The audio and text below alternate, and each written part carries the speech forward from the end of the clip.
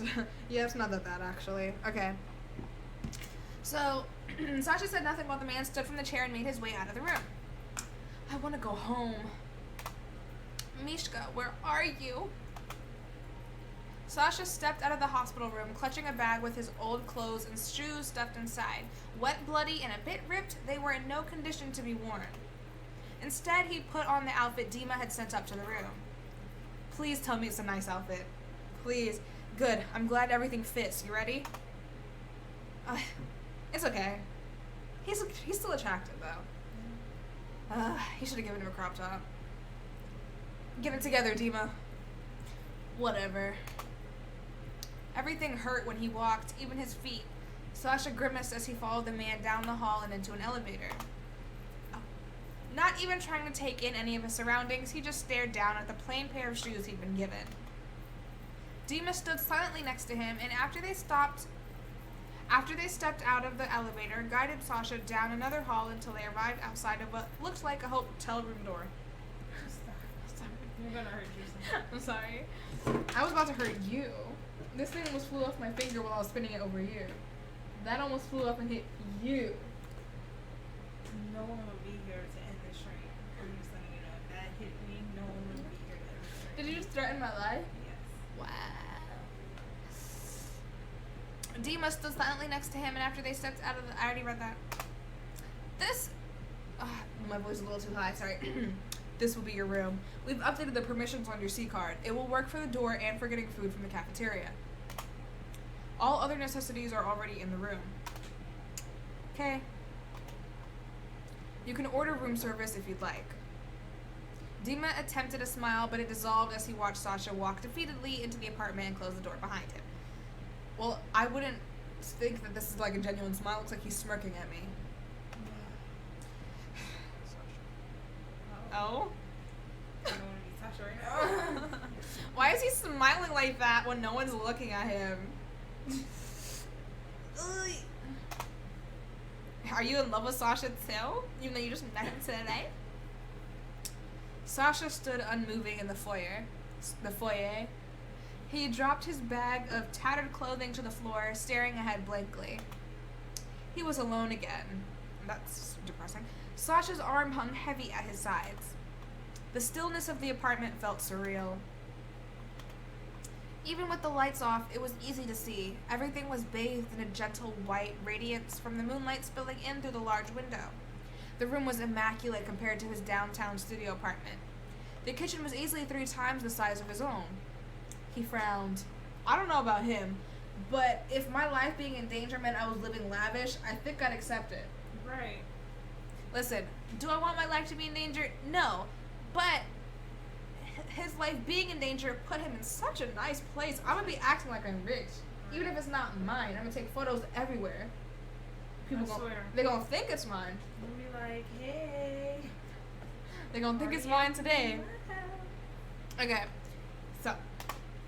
Jesus, this place is massive. Sasha looked down at his feet, staring at the shoes Dima had given him. Then he glanced over at his sneakers by the door, the ones he'd worn on that night. His chest grew tighter the longer he stared. Finally, he just kicked the plain shoes off. Putting the thought out of his mind, Sasha padded slowly across the cold tile. His footsteps were light, despite how heavy his body felt. He pushed the sliding door open, revealing the bedroom. Show me the bedroom. I see nothing from the bedroom, but he looks depressed, so... The sight of the large bed made Sasha's body feel even heavier. His legs moved on their own, carrying him over to the bed where he flopped down. He didn't even bother crawling beneath the covers, simply curled up on top of them. Could not be me. I have to be under the covers at all times. I was melting in my sleep this morning, but I still put blankets on. Every single time I get cool enough just from like melting from having it on, I put it back on. I'd get really hot, take it off, cool down, put it back on. Until I fell asleep and wouldn't deal with it. So, Sasha closed his eyes, hoping he'd fall asleep quickly, but he didn't, because of course not. Behind closed lids, Sasha imagined being in his room, on his cheap bed. Why would you imagine that? Maybe some people just aren't materialistic. I'm a material girl. Behind closed lids, Sasha Imagine being in his room on his cheap bed. The sound of his TV would be playing in the background. And Mishka would be sitting at the foot of his bed, scrolling through his phone. He was always there, whether Sasha texted him to come over or not. Instinctively, his hand began searching for his phone. He didn't feel anything. Sasha's eyes shot open, and he lifted his head to look around. Where's my phone? Oh, did he lose his phone too? Dang. Is there anything else in the universe? Is there anything else the universe wants to take from me? Your life next? I don't know. Yeah. Don't ask stupid questions before you get stupid answers. Deep down, he already knew it was back in that alley. He laid his head back down on the pillow. He'd give Mishka a million keys to his apartment if it meant not feeling like this. Feelings of sadness, fear, and confusion were rushing in, and his heart began to race. Tears blurred his vision, and a whirlwind of thoughts and emotions overwhelmed him. He curled up tighter.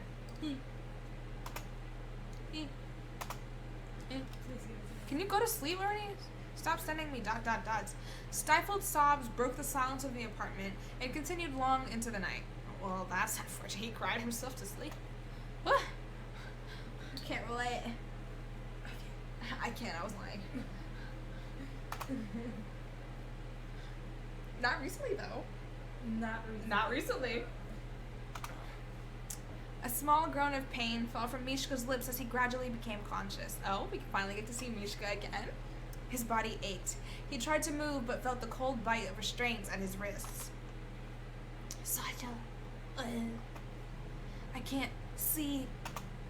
Darkness surrounded him, and the feeling of fabric against his face was a quick indication of what kind of predicament he was in.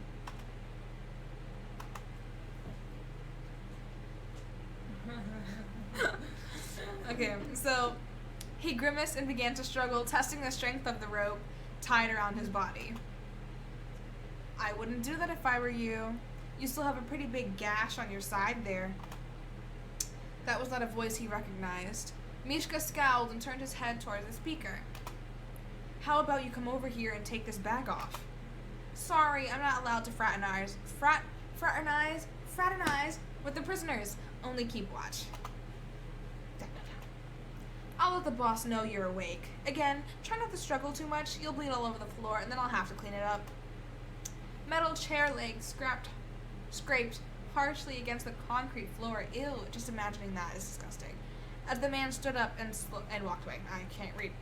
No. Mishka swiveled his head, following the direction of the noise. He heard the hollow clang of a large metal door slamming shut. Then nothing. He knew he was alone. God damn it. Sasha, I hope you're okay. Several painfully slow minutes passed by in silence. Mishka slowly flexed his fingers, gripping the edges of the cuffs that bound his arms behind him. Rope tightly secured his ankles to the legs of the chair beneath him. He yanked at the bonds, trying to loosen their hold. Still, nothing budged.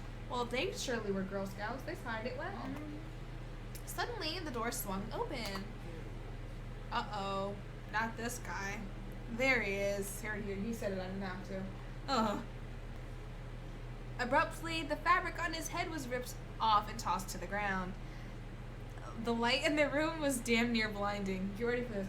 You're gonna see it. As soon as you see this guy, you're gonna agree. You're gonna say it, and I'm gonna agree with you. I already know what you're gonna say. Just when you see this guy. I'm nervous. I know what you're gonna say, and I'm going to agree with you, but I'm not gonna say it. So Mishka squinted against the glare, head falling forward to shield his eyes. No. If he was wearing his mask, you'd really see it. Okay. But you know who I'm talking. You know. Looks familiar. If he was wearing his mask, you'd know what I'm talking about. I'm still angry. Why is he not wearing it? Isn't he pulling it down right now? Look like he's pulling it down. Well, he's just not wearing one at all right now. I'm just saying, if he had left it up, you would. The man who had just entered stopped in front of Mishka. You look like Zane. Yes. Yes. He looks like Zayn. Okay. That's what I was thinking. When he's wearing the mask, you really see it. Okay. Okay, so the man who just entered stopped in front of Mishka, his lips upturned in a thin smile. A slim man dressed in black hovered beside him like a guard dog, waiting for any signs of trouble. If you wanted to see me so badly, all you had to do was ask, nicely, and on your knees. He sneered. Blood was smeared at the corner of his mouth and stained his shirt, spreading across the fabric around his stab wound like spilled ink. Every move he made sent a spike of pain radiating out from the deep gash. Oh, good. I was worried you wouldn't be able to talk, what with you being gutted and all. I'll have to thank Ada for leaving you in such great condition. Mishka gave a wide, fake smile, his teeth flashing sharply in the bright light. Thanks for your concern. I'm touched. So what's the occasion? Birthday party? Wedding? Roman's eyes narrowed slightly, his smile unmoving. You're a busy man, Mishka. Think of this as a well-deserved, unpaid vacation. How generous of you. But you're wasting your time, Roman. You know how it goes. I'd rather die than give you information. Blah, blah, blah. Okay. Really attractive, I guess. Ada sighed under his breath. You think I brought you here for information? There's nothing you have that I need. Oh? Then why did your pet over there stab me and drag me here? Why mess around like this and keep me alive? No need to be so eager to die. Live bait always works better. And you really think that will distract Dima? His hands twisted behind the chair, trying to slide out of the cuffs. From what? What is he doing? You ask a lot of questions for someone with one foot in the grave. Besides, you're Dima's favorite. He'd do just about anything to get you back. Jealous? I've heard about your little love story. Oh? Ada's brows furrowed and he looked away. Jealous?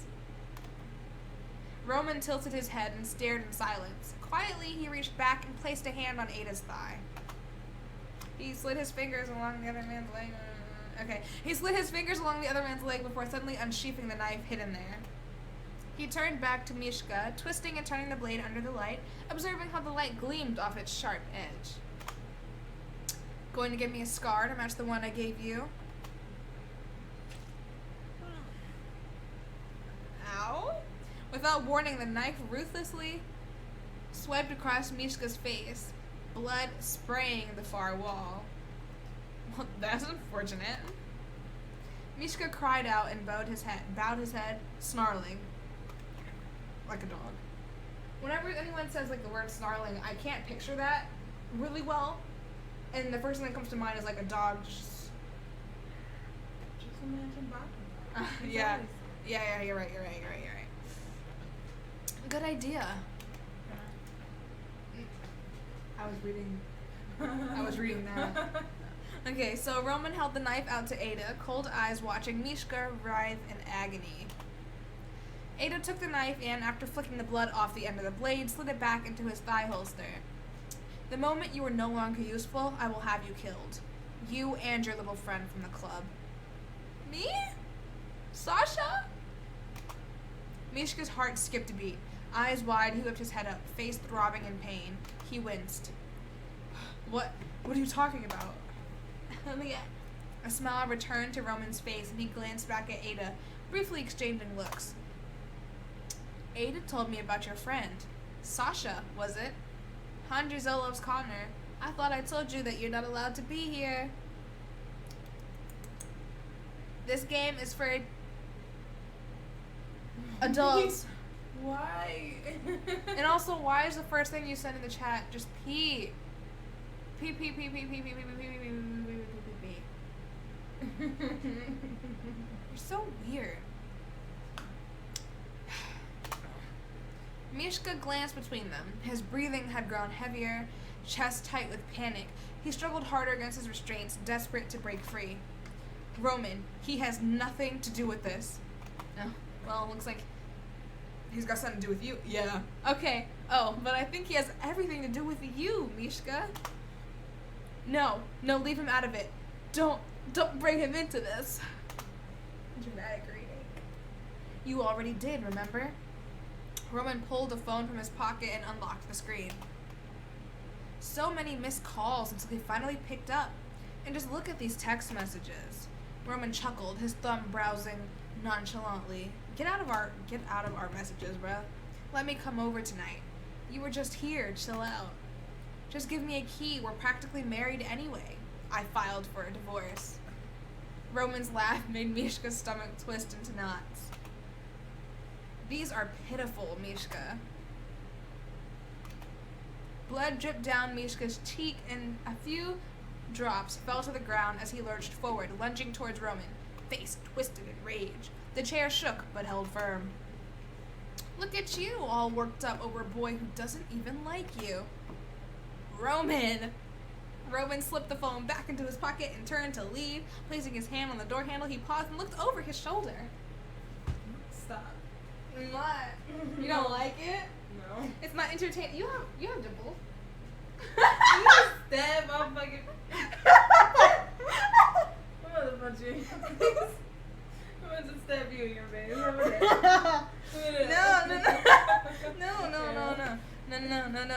It was an accident, bro.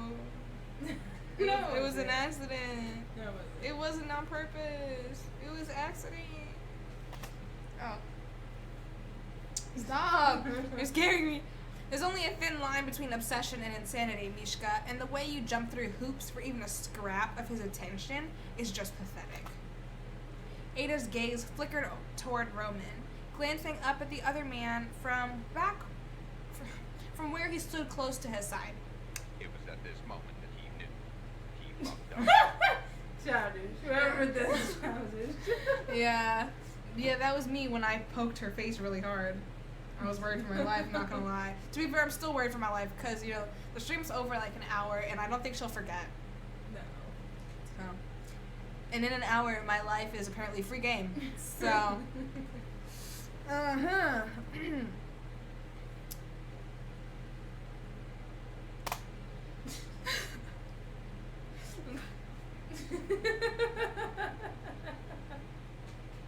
It's not even that funny. I don't know. So Roman opened the steel door. Try not to bleed out. Is this like a game where there's like multiple endings and I can end up with whoever I choose? Because if I can choose the first person I want to end up with is Mishka, and then I want to end up with Dima, and then I want to end up with everybody else. Yo, what? I mean, I agree, but that's not the point. That is the point. That's literally the point. That's literally the point. The cell door slammed. The door slammed behind them, the sound echoing through the empty cell. One day I'm gonna learn how to read. And I'm gonna read well. So heavy. Feel the table. What? It's shaking. Yeah, I feel it. Okay, it's from the fan. So heavy, shaky breaths dissolved into quiet sobs. Mishka slumped in the chair, hands falling limp. Hot, wet tears streamed down his face, mixing with blood, and fell to the concrete below. I know that must have hurt when the tears fell into his cut. Yeah. That is salt. I never understood why people who get kidnapped will sit here and react to them talking about how they're going to kill a friend of theirs. Or talking bad about a friend of theirs. Like, Well, why would you give them that leverage? And while I definitely agree with that, neither of us have been kidnapped to know what it's really going to be like in a situation like that, so we're going to cut him some slack. Yeah, but you gotta, play stupid. But I definitely agree. Play stupid. You gotta act like nobody matters. But, it's a stressful situation, so. I was kidnapped before. Oh my god, please. I was kidnapped before. Okay. For like 2 seconds! For like 2 seconds, that don't count. That doesn't count. No, it does count. No, it doesn't. Okay. Imagine someone pops on the stream, all they hear is, I was kidnapped before, and I'm just telling you, it doesn't count. It was just 2 seconds, it doesn't count. Sasha. Agony gripped his chest like a bind around his heart. The pain of his wound was nothing compared to this. Wounds. I'm so sorry. Mishka's vision blurred with tears. Okay, I'm gonna stop reading it dramatically. I'm gonna chill out. Gotta save the rest of my energy to, help me stay awake until 8 a.m. Okay, I'm selfish. Oh, I messed up. I'm so selfish. So selfish. Selfish. Selfish. Selfish. Selfish. Selfish. Shut up. Jake's not gonna would you owe me a favor. So It's not wood. my bad. You cunt. Wait, please. I'm sorry. Okay. So Sasha's eyes ached, his head pounded, waves of pain beating against the inside of his skull. Oh, sounds like a casual day for me. He hadn't crawled out of bed since he'd arrived, and he had no intention to. Several times during the night he had woken up only to stare at the clock that didn't seem to move. It was the longest night he could remember. Sasha had never wanted to sleep so badly, but his body kept denying him. At least he was able to slip into shallow naps after his eyes grew tired of crying. I was gonna say maybe he should just play games on his phone, but he don't have it. Can't play games on your phone. It's 10 o'clock. 10 o'clock. It's 11 o'clock. We're 11 hours ahead of them. 10. Well, no longer 11 hours ahead of them. Time moves quickly, I see. Oh, I meant to say 13, not 11. That didn't make any sense. 12. 13.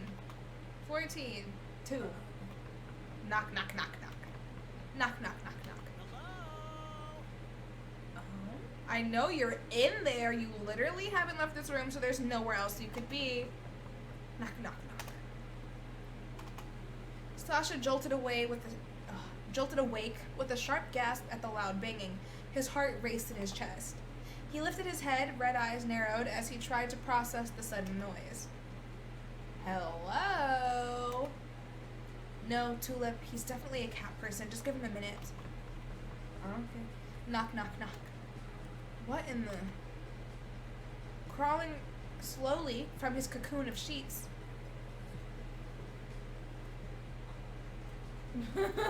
Sasha stumbled to his feet and into the living room. Every shuffling step sent twinges of pain through his heavy limbs. Sasha approached the front door, leaning close to look out the peephole. He was met by the gaze of a man with large purple eyes. His face was right up against the door, as if he'd been trying to peer into the peephole from the other side. The man was up on his tiptoes, and an overstuffed basket hung from the crook of his elbow, the same hand clutching something much larger against his side. Sasha couldn't tell what it was. The visitor pulled his arm back, balled his hand into a fist, and quickly rapped at the door with more fervor than before.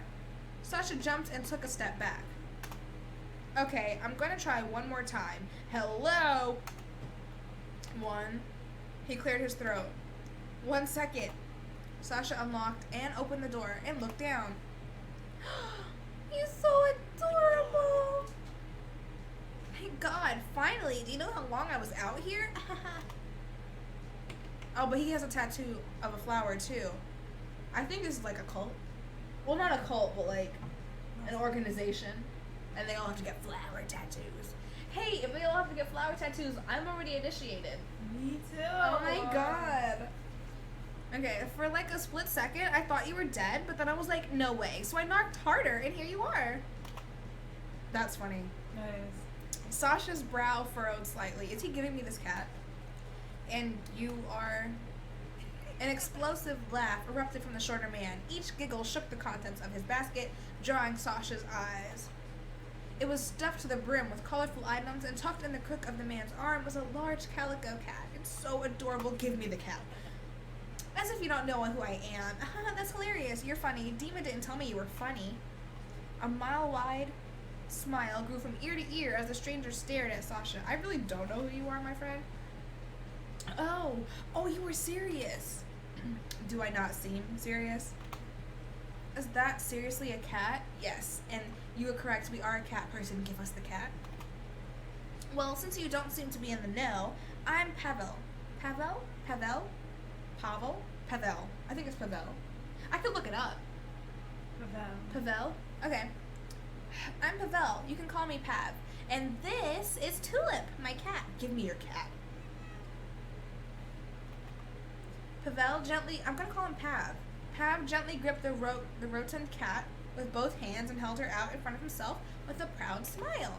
Sasha blinked a few times. So, what are you... Oh, Dima sent me down to check on you. And by check on you, I mean he wants me to ask you if you remember anything from the other night. But, you know, I'm not going to do that. So instead, the short man set the cat down by his feet and took hold of the basket's handle, thrusting it towards Sasha's chest. Tulip rubbed against Pavel's ankles and sat quietly nearby. I brought you, like, a ton of stuff. He's doing the cat face. Sasha took the basket and looked down to see soap, shampoo, a loofah, and candles. Okay, I know what you're thinking, but everyone needs candles sometimes. They heal the soul. I agree. I don't like candles often, but when I do, I feel like I'm a new person. 'Cause, like, wow, I lit a candle today. No matter how I had to light it, whether that be, you know, I had to take a spaghetti noodle and light the end of it, and then, you know, light the candle with a spaghetti stick that's on fire. You don't need to do that. Who doesn't? I do. Just do it backwards. Go upside down. Yeah, no, that didn't work out for me. You know, I tried to light a candle and I burned my hand so bad that my nail was, like, burnt. Like, my nail itself was burnt. And I literally, like, what did I do? My hand hurt so bad, I kept, like, putting my hand in, like, the freezer. Like this. Oh, I had a Red Bull that day, and I, like, put, like, because the can was cold, I put, like,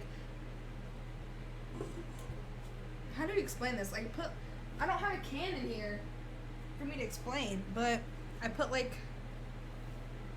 a piece of the metal cold part under my thumb now. That's really hard to explain, I know, I sound like an idiot, but, you know.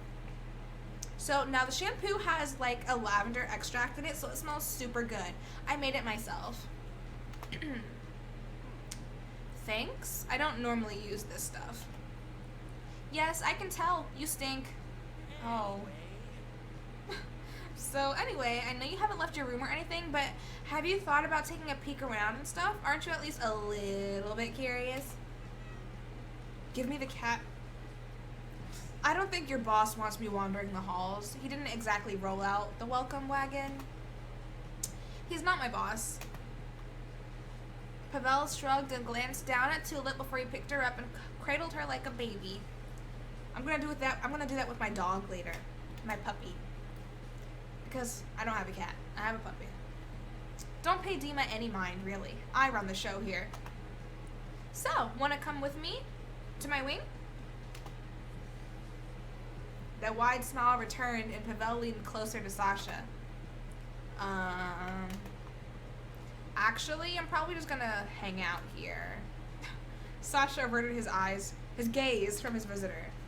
Yeah, that's what I said. Hang out with me here in this building. Though my wing is on the 4th floor, so you'll have to take the elevator that's down the hall. That's not really what I meant. Oh, and shower first. He really said you were not getting your way. Okay, well. After giving an affirming nod, Pavel turned on his heel, not his head. He turned on his heel and started off. 4th floor. Sasha stood there in stunned silence. Basket in hand, he watched his visitor turn the corner and disappear out of sight. He didn't leave me with the cat, so I'm not going anywhere he asked me to go. What just happened? With a big sigh, Sasha closed his door and looked down at the care package. Guess I better wash up. Yeah, you do that. After some fiddling with the shower knobs, he got the water running and began to strip down. Sasha felt his stomach drop when he saw himself in the mirror. Never in his life had he seen his body like this. Fragile, battered, and bruised, swathed in bandages. No wonder he felt like crap. Shut up. Talk about some can I see. He probably looks even worse. Mishka for sure does, actually. So as quickly as the thought entered Sasha's mind, he pushed it out. He eyed the nearby basket and its contents. Reluctantly, he reached for the small bottle and stepped under the warm stream of water to wash up. The smell wasn't nearly as strong as he had anticipated. Oh, that's nice. It was quite nice, actually. The loofah felt soft on his sensitive skin as he lathered the soap, careful to keep his bandages dry. How do people keep their bandages dry in the shower? Right. Do you just, like, lean out like this? And, like, wash, like, your legs? Do you just... Like, where's his bandages at? I don't know. You're the one who should know where his wounds are. I have horrible memory.